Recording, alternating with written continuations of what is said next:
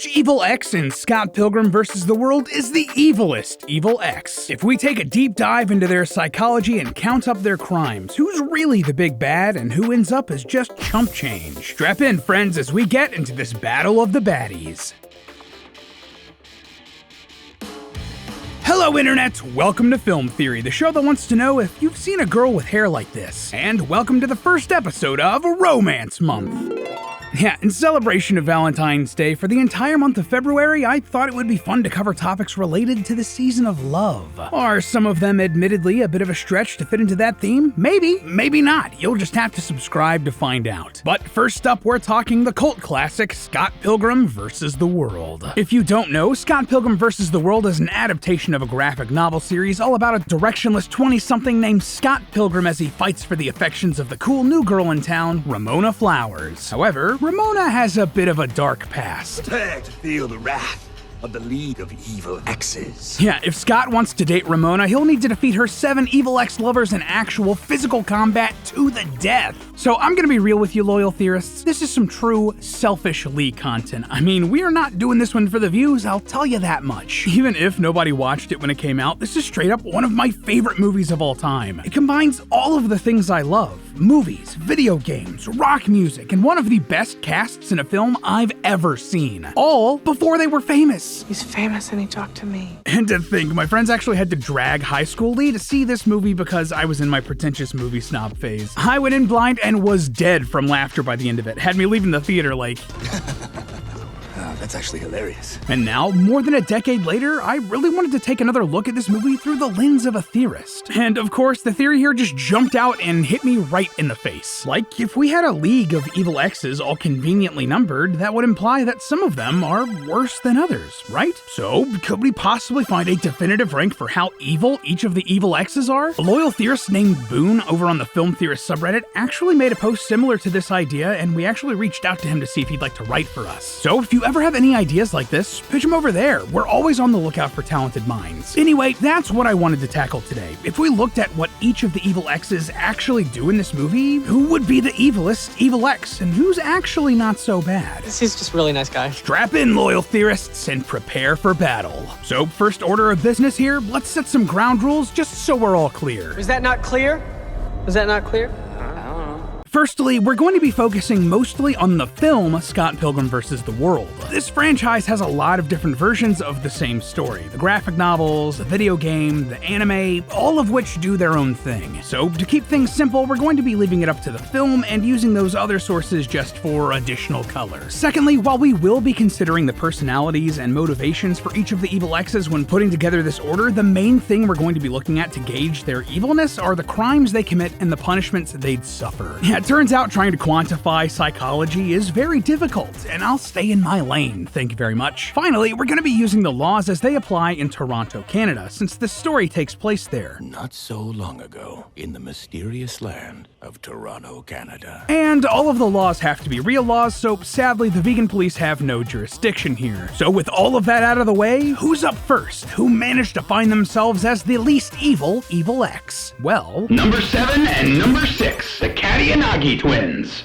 Who the hell are the Katiyanagi twins? Oh.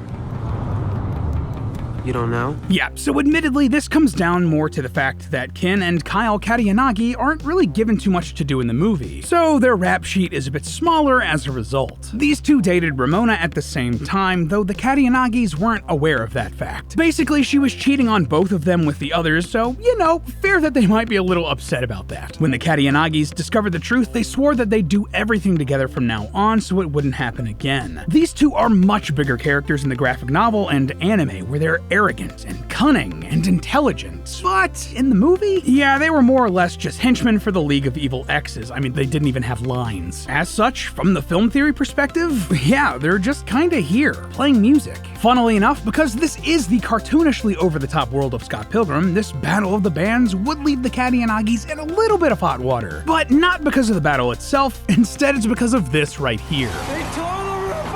Yeah, during one of their musical attacks, they damaged the roof of the Ninth Circle venue. In Canada, this would absolutely count as criminal mischief, the legal name for property damage, and since it caused more than $5,000 in damages, it would absolutely land them a 10-year prison sentence and a $5,000 fine. Likewise, the damage would put all of the guests here in danger, giving both of the Katianagis a reckless endangerment charge, landing them another 5 years. So yeah, that's not actually all that much, but we also have to factor in the sentences they'd get just for being part of the League of Evil Exes. Yeah, turns out that tracking down Scott, attacking him, and conspiring to kill him wouldn't look so good in the eyes of the law. Just like most of the other exes in the League, Kyle and Ken would rack up charges for criminal harassment, that's the legal name for stalking, disorderly conduct, planning to commit a crime with others, assault with a deadly weapon, that's their sonic dragons, aggravated assault, conspiracy to commit murder, and attempted murder. The punishments for all of these are up on screen, we don't need to go through them individually. So, all in all, the Katianagis are looking at 63 years in prison, plus 2 life sentences, and a $5,000 fine each. Again, almost all of that coming from just being part of the League of Evil Exes. Considering how much we don't know about these guys, they actually walk away looking pretty okay, unlike the next entry on our list. Number 5, Lucas Lee.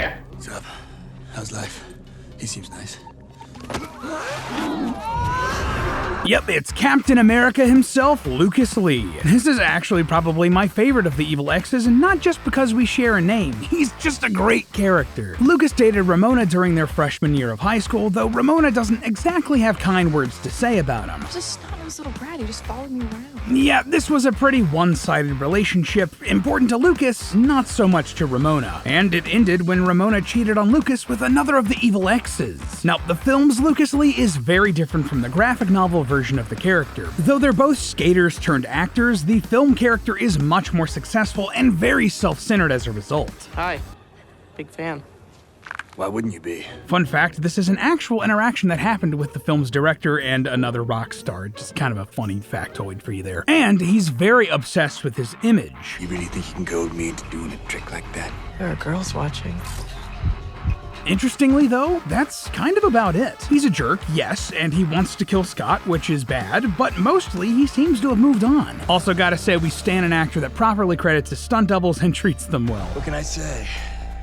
I'm nothing without my stunt team. So, okay, he's kind of a jerk, but not the worst. What are the actual crimes he's guilty of here? Well, like the Katianagis, he'd have all the same charges that all the members of the League would, minus assault with a deadly weapon. Yeah, while he does fight Scott, he never uses anything more than his body, so we can't charge him with anything. Additionally, Lucas has his entire stunt team attack and attempt to kill Scott, which would count as another case of attempted murder under the same laws that outlaw people from hiring hitmen. So, that's another life sentence on top there. Starting this fight itself would be causing a disturbance and land him another 2 years and a $5,000 fine. And finally, you might have missed this, but check out this scene. This right here would have been another criminal offense unrelated to his attack of Scott, believe it or not. The building they're fighting in front of here is Casa Loma, a historical landmark in Toronto. So this right here would be classified as damages to a historical landmark and would land Lucas a $50,000 fine. Don't worry though, I'm sure he can pay it off since he is an A-lister bro. Anyway, all in all, this lands Lucas Lee 40 years in prison, 3 life sentences, and a $55,000 fine. Pretty gnarly, but who's next? Roxy?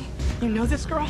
Oh boy, does she know me. Number 4, Roxy Richer. Here we have the half-ninja Roxy Richer, who dated Ramona in college when they were roommates. Ramona claims that this was just a phase, which hurts Roxy's feelings.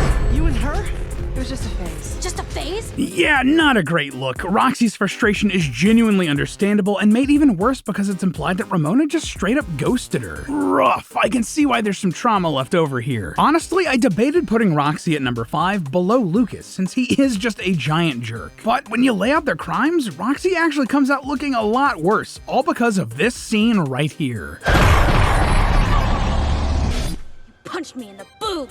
Roxy attacks Scott not once in the film, but twice, ambushing him after his fight with Lucas. Since she then attacks him again later at Club 4, that means that she would actually have 2 counts of aggravated assault and attempted murder. And she also fights Ramona during this scene, meaning she get another count of assault with a deadly weapon and aggravated assault. The fight in the crowded bar itself would also be causing a disturbance and reckless endangerment, and though it's not illegal to own a cool chain, belt, sword thing in Canada, it can get you another 10 years in prison for possession possession of a weapon for a dangerous purpose, like, say, hurting or killing somebody. Throw in criminal mischief for the property damage she causes by throwing Ramona's hammer through the front wall of Club 4, plus all of the rest of the charges that the League gets, and Roxy ends up with an impressive 97 years in prison, 3 life sentences, and a $10,000 fine. Man, now we are getting into the bad stuff, so who's next?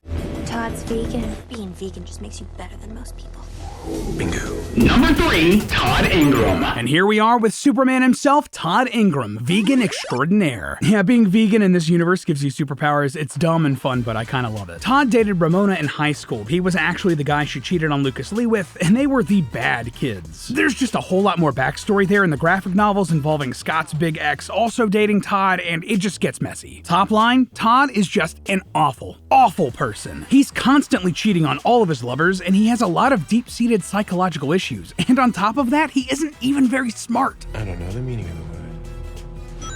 Like, he sucks. And if you want evidence of that, Todd blew a hole in the freaking moon just to impress a girl, twice. Honestly, I was kind of worried that this would throw a wrench into this whole theory, like, this has to be super illegal, right? This would make Todd the absolute worst, right? Well, not as much as you might expect. According to the Outer Space Treaty signed by the US and the USSR, it's illegal to do anything with nukes in space. However, it says nothing about the use of conventional weapons in space. That's basically everything other than nukes, so we're gonna be counting the vegan powers as conventional. And what's more, that same treaty says that there's no nation that has any legal authority out in space, so this couldn't even really be a crime. Turns out Todd can basically use the Air Bud defense here. There ain't no rule saying you can't blow a hole in the moon, but I digress. If we count up the actual crimes we can charge Todd with, he ends up with all of the same crimes as all the other members of the League, including assault with a deadly weapon. Again, we're counting vegan powers as weapons here. Additionally, we're also charging him with 5 counts of criminal mischief since he broke 5 walls during his battle with Scott. And perhaps worst of all, he's getting another count of aggravated assault for punching Knives so hard it knocked the highlights out of her hair. He punched the highlights out of her hair! And just another note here, Knives is a minor at this point, so really, Todd is just an awful, awful guy. All in all, Todd ends up with 114 years in prison, 2 life sentences, and $25,000 in fines. This one was a bit of a toss-up for Todd and Roxy, but I decided Todd was worse simply because he punched Knives and also blew that hole in the moon. And I mean, come on, really, he is just a piece of work, while Roxy at least has focused her frustrations on just one person. Unlike our next evil ex. Number 2, Gideon Graves. Scott Pilgrim!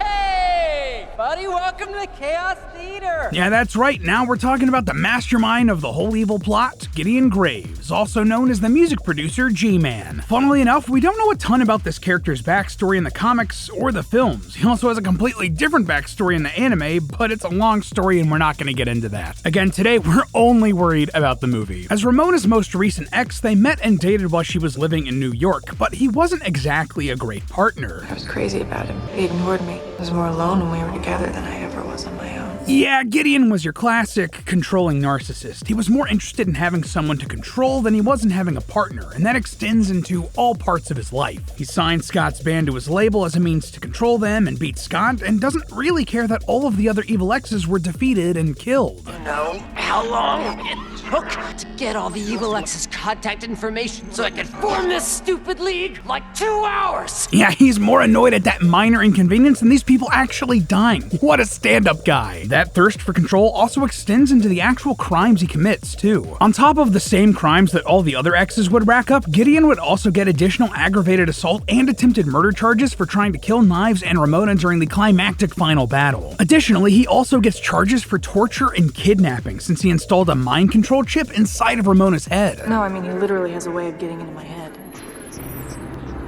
That is evil. Which would get him an additional 14 years and another life sentence, respectively. I also considered giving him a murder charge since he does kill Scott, but Scott has an extra life at that point and seems to reset the timeline. So, yeah, gonna let that one slide since it's not clear if it actually counts, and also it doesn't actually end up mattering. You'll see. All in all, Gideon Graves is an evil, evil man and gets hit with 102 years in prison, 5 life sentences, and a $5,000 fine. And that's not even considering the potential lawsuit Scott could bring against him for masterminding this whole League of Evil Exes plot. But wait, if the mastermind Gideon isn't the worst, then who is? Number 1, Matthew Patel. My name is Matthew Patel, and I'm Ramona's first evil ex-boyfriend. Yeah, I bet you didn't expect the very first Evil X to be the worst, did you? I gotta tell you guys, Matthew Patel here is a real piece of work. He dated Ramona in middle school. Ramona basically used Matthew and his mystical powers to ward off jocks interested in her, and then left him soon thereafter. After a week and a half, told him to hit the showers. You'll pay for this!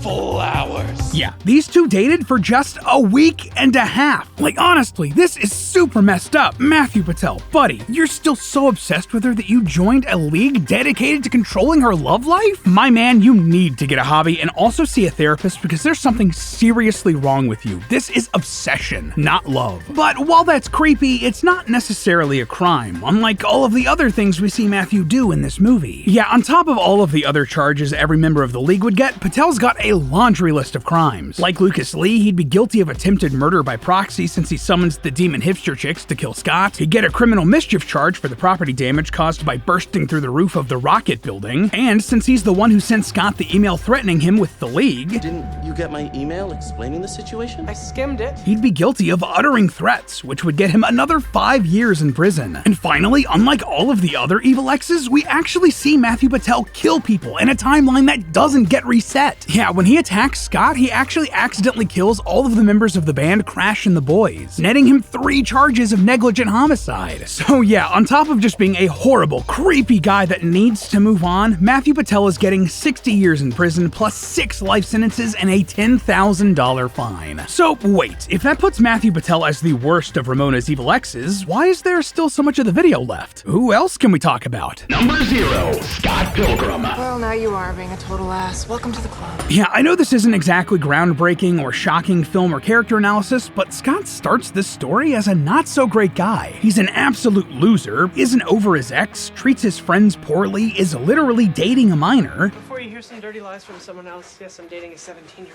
and cheats on both her and Ramona instead of manning up. Yeah, he breaks hearts with little regard for the people he's actually hurting. That time you dumped Kim. Okay, me and Kim are all good now, alright? I was thinking we should break up or whatever. Really?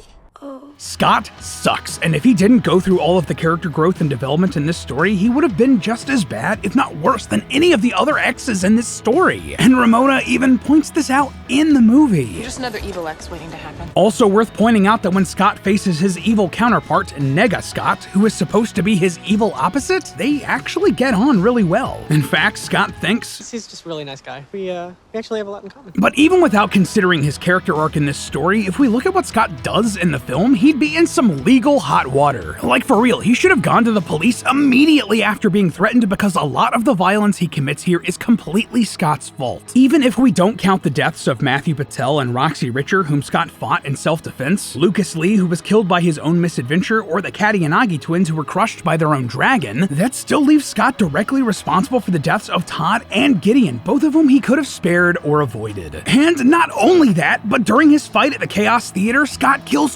22 of Gideon's goons before fighting Gideon himself. Along with disorderly conduct and disturbing the peace for starting this fight, that would leave Scott with 16 years in prison, a $5,000 fine, and a mind-blowing 24 life sentences. And that, my friends, might just make him the worst Evil X. Or hell, maybe it's Ramona, since she manipulated Matthew, cheated on Lucas, dumped Todd, ghosted Roxy, and cheated on the Katayanagis at the same time with each other. I've dabbled in being Oof, that's rough, buddy. But hey, that's just a theory. A film theory. And cut. Up next on Film Theory. The plot for the second Five Nights at Freddy's movie is right in front of us. In celebration of the franchise's 10th anniversary, Scott released 4 pages of the script, but only one of them is real. The key to figuring out which one is hidden on one of these script pages, and I figured it out. I know which one it is. I'm not crazy, you're crazy.